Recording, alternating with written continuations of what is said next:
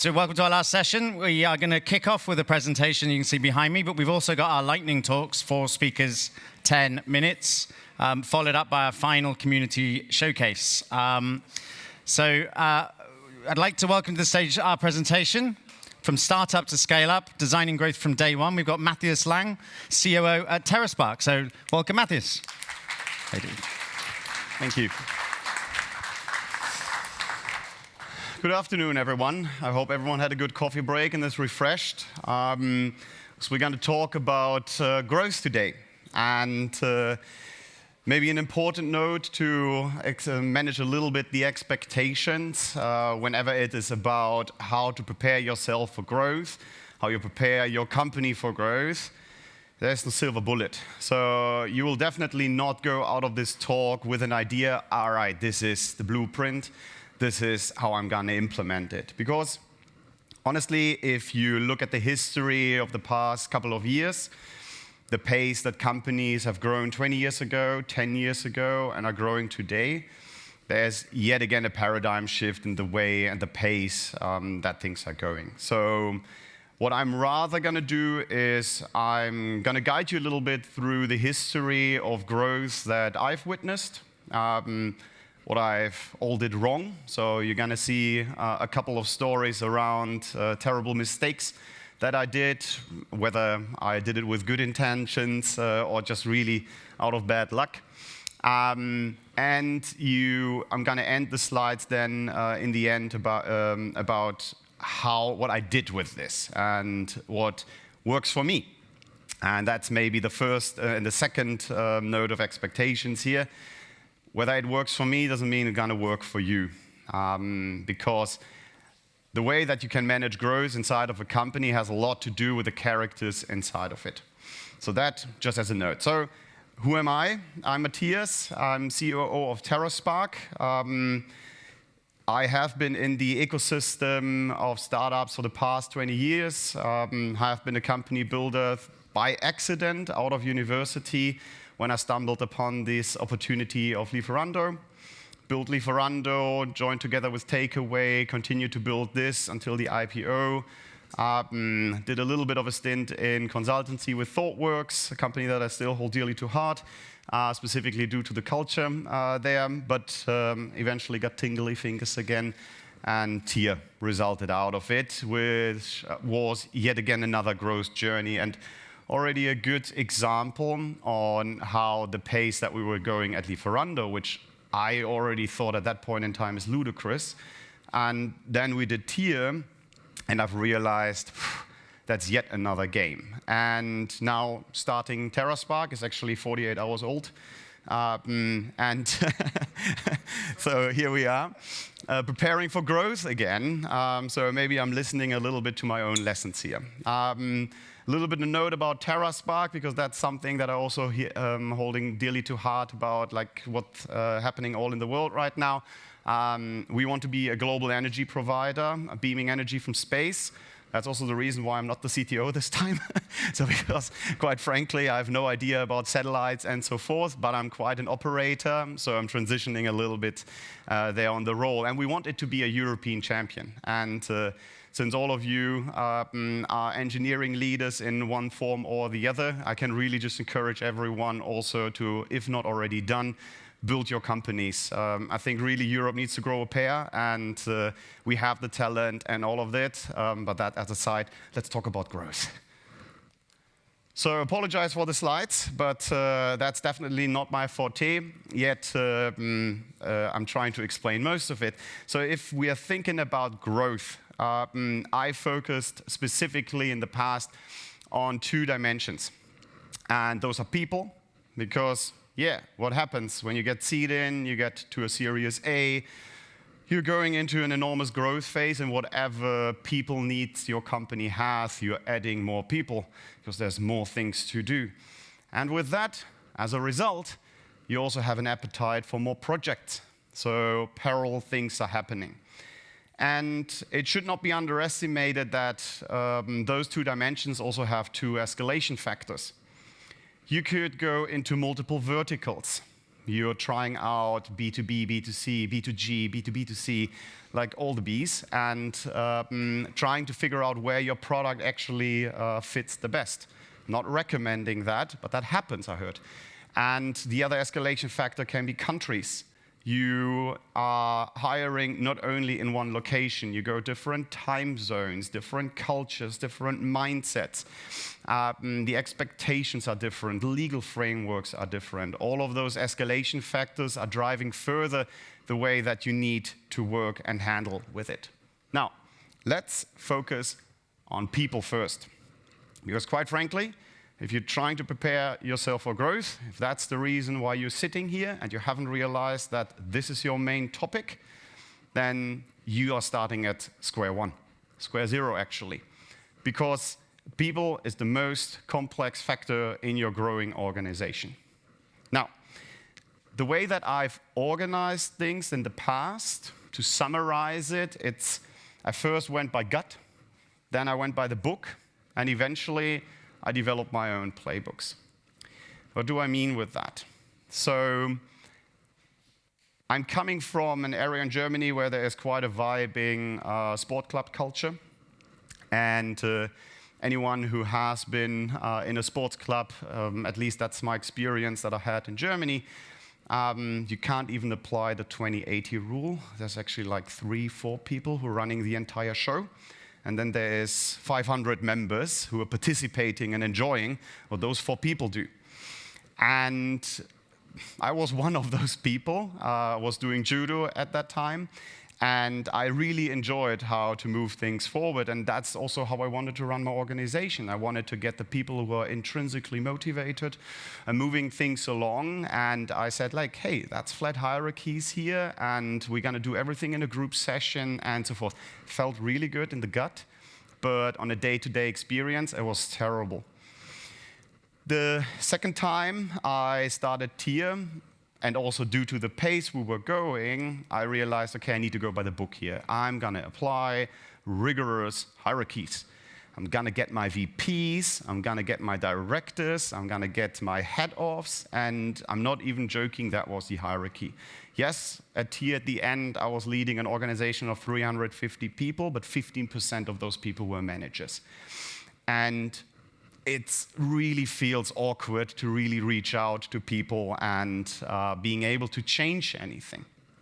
And yes, I did have every time someone to talk to about a certain topic because I beautifully divided and conquered all the responsibilities.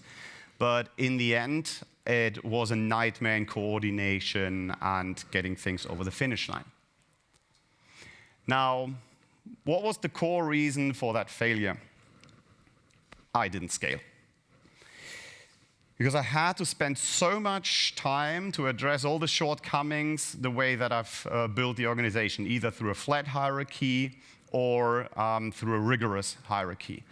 I needed to be present in meetings at Lieferando. I had to do all the decision in the end. Because yes, by the culture I've nurtured, a consent-driven approach didn't really fly because at some point nobody wanted to do a decision anymore.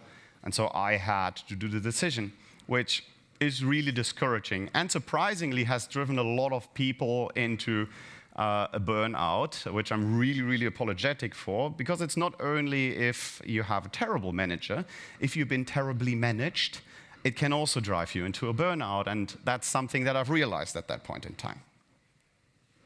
Now, let's talk about the ugly and bad of the projects and the way I did it. In the beginning, I wanted to know all the details. Then I elevated myself. I wanted to be a strategic leader. And in the end, I've realized I need to be situational. Now, on the war stories there at Lieferando, I did all the madness around Jira. You cannot imagine how much time I've spent on it. Like, the only thing I didn't do were the certifications. But I had dashboards, I celebrated burn-down charts, and I really did all the things that they have been teaching you for years already at that point in time. It is a terrible idea to do. Yet I had that feeling of progress, I had that feeling of control. But actually, again, nothing moved forward. People actually created theater around entertaining me with tickets. Now at TIER, I said, like, okay, I can't go onto this control layer. I don't even want to be involved in a ticketing system, and that's a belief that I'm still holding. Like, the moment I need to get involved with the ticketing system, something is already terribly wrong. And I said, like, I need to trust my people. And I did what I call bad trust, because if you're not letting people receive feedback from your side, if you don't intervene to help them to do a better job, you're actually not giving them trust, you're actually not caring for them. And some actually also see that. And then those stay that see the lack of your participation in meetings as he's trusting me a lot. But those that actually care for the feedback, care for actually getting something better, and would actually be happy if I would have prevented them from going into a terrible direction, that would have been actually far more appreciated than me trying to stay away out of all the meetings. So again, what was the core reason why this failed for me? I didn't scale. So because, again, my time was stretched to mitigate all the shortcomings of the way that I did things. You can't spend all your time on tickets. You can't spend all your time in trying to navigate and manage all the updates that need to go through all the hierarchy structures, etc. Like, one thing that I've really learned there is, if your reporting lines become your communication lines, something is, again, terribly wrong. So why do I matter? Like, why am I emphasizing on this thing that I didn't scale? And the thing is, and this is one of my biggest learning, how I'm preparing myself for growth, is people are imitating you. Like, the real good founders out there, for good and for bad, they are showing a certain behavior that they want to see a lot of inside of their company. And they want this behavior to repeat it. And why does it have to scale? Because this is the system that you're trying to build, and this is the system that you're trying to scale out. And it needs to be constantly reinforced. So for all of those who are familiar with system thinking, there should be a kind of familiar sketch there. And now think of it like this. You are at the starting phase of your startup. It's buzzing. It's amazing. And everyone is still remembering those times. How amazing it was, the 5, 6 people together in one room. We knew about everything. We all worked together. We helped each other out. Why is that? Because, yes, it was a very small group of people constantly observing each other, imitating and replicating the behavior from one or more of the leaders. But the desired behavior that you are setting and the observed cultural gap, so the behaviors that you don't want and the behaviors you want to see more, has been addressed through the feedback that you have been given this handful of people. You talk to them. And again, you show them how you want things to be done and to drive towards an actual behavior that you would like to see. But the thing is, if you're removing yourself from that equation, 20 people, 50 people, 100 people, is the point where you can't do this anymore. So for myself, I had to find approaches that helped me to be part of that equation, even in my absence. So who replaces it? Principles. It's the one fundamental truth that, and that is important, is only true within that company. It doesn't have to be a global truth. So if you're meeting if you meet someone from another company, and you present them those principles that you are working by, and they say it's bullshit, that doesn't invalidate those principles. But it's something that is true within your company at all point in times. And this is what can replace your absence in a meeting. And I know how everyone is going to give me a look if you think about a mission statement. Anyone been in a mission workshop lately? Or a vision workshop, even worse? Those are fun, right? The outcome is usually really, really, really meek.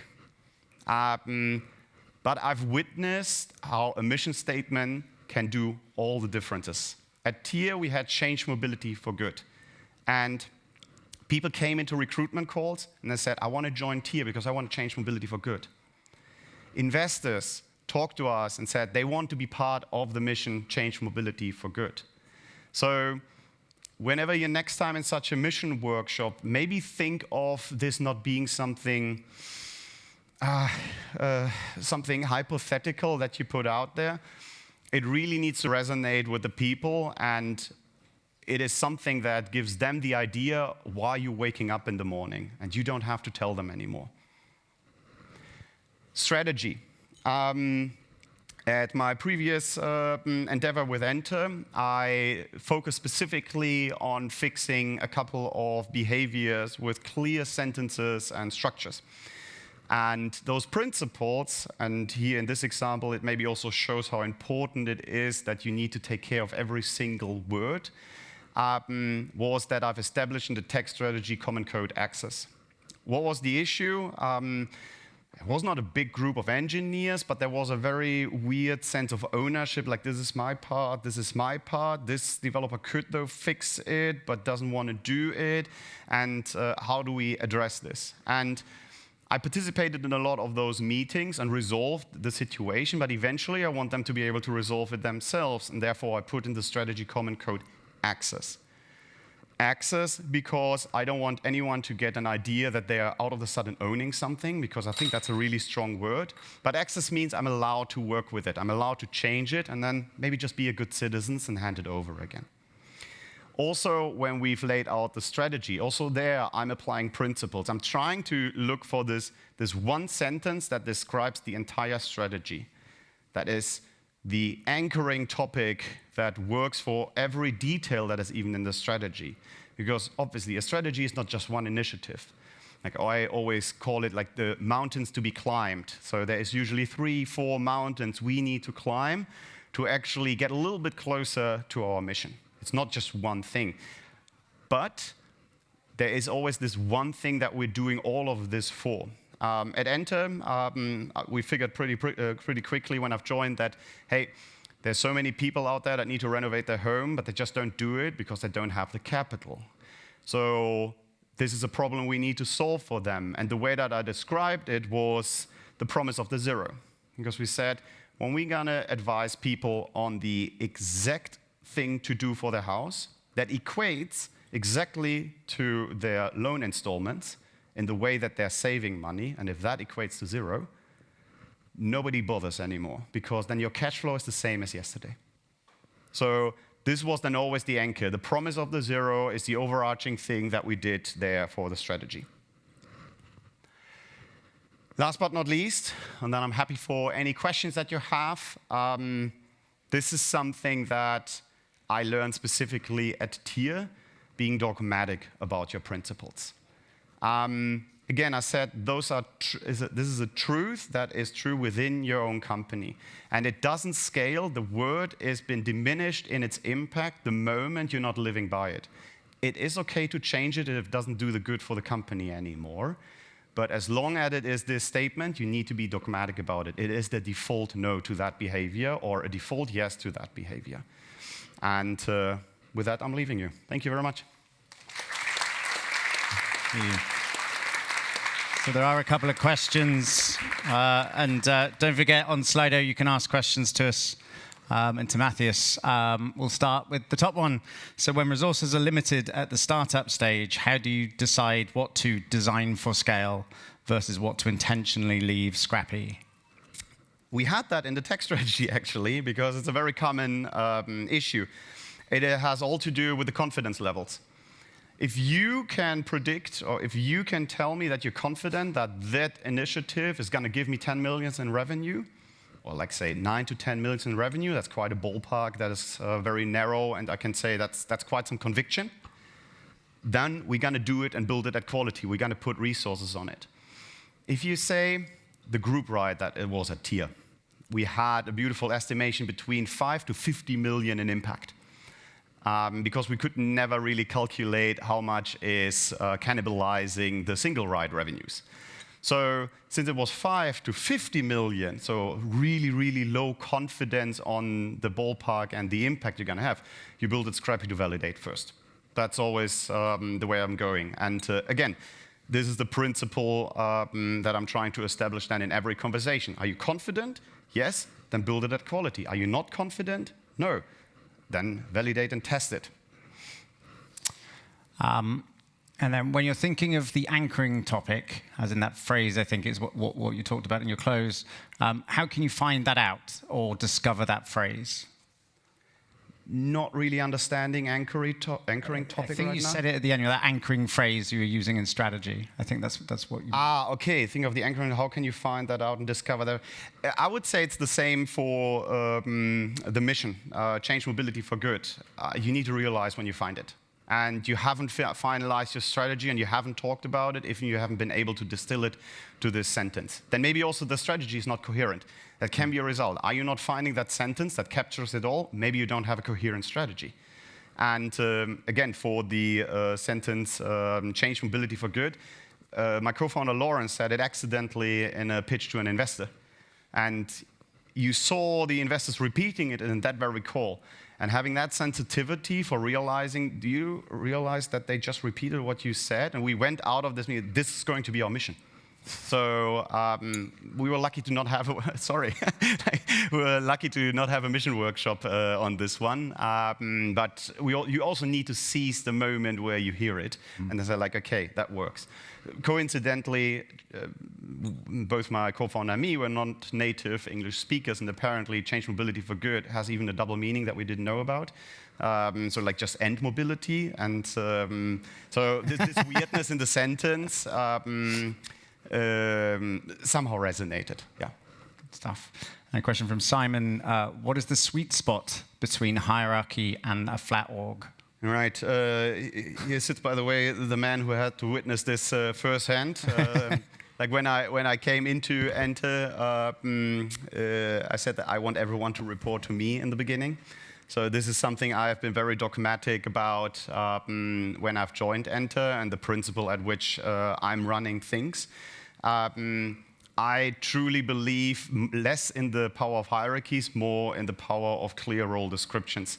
So the more clarity you have on the role descriptions, the less hierarchy you need. Because hierarchy is, at least in my experience, in a growth phase and where things are moving fast, is a mitigation layer for gaps. So, we haven't thought about this responsibility. A head of needs to take care in this realm to fix this and allocate a new resource. When you're really thinking about what you need, what you require, and define this along the roles, then it works out. Because the thing is, specifically if you're trying to move towards flat hierarchies, you will have implicit hierarchies. Hierarchies will establish themselves. Like, I guarantee you, all of you have the perception at one time in your career that your product manager is actually your team lead. And this has been lived specifically in the companies that I have been either talking to or building myself, was also an observation that I've seen. So out of the sudden, the product manager becomes team lead, scrum master, and everything, project manager, you name it, even is organizing the field trip. And this is when you're not giving people a clear idea what flat hierarchies actually means. And compensate this through clear role descriptions, which imply a certain decision taxonomy. What decision can you do? What decision can you do? Because otherwise, yes, you need managers to take it all. So beautifully on time. Yeah, perfect. Within a second. Thank you, Matthias. Thank you, buddy.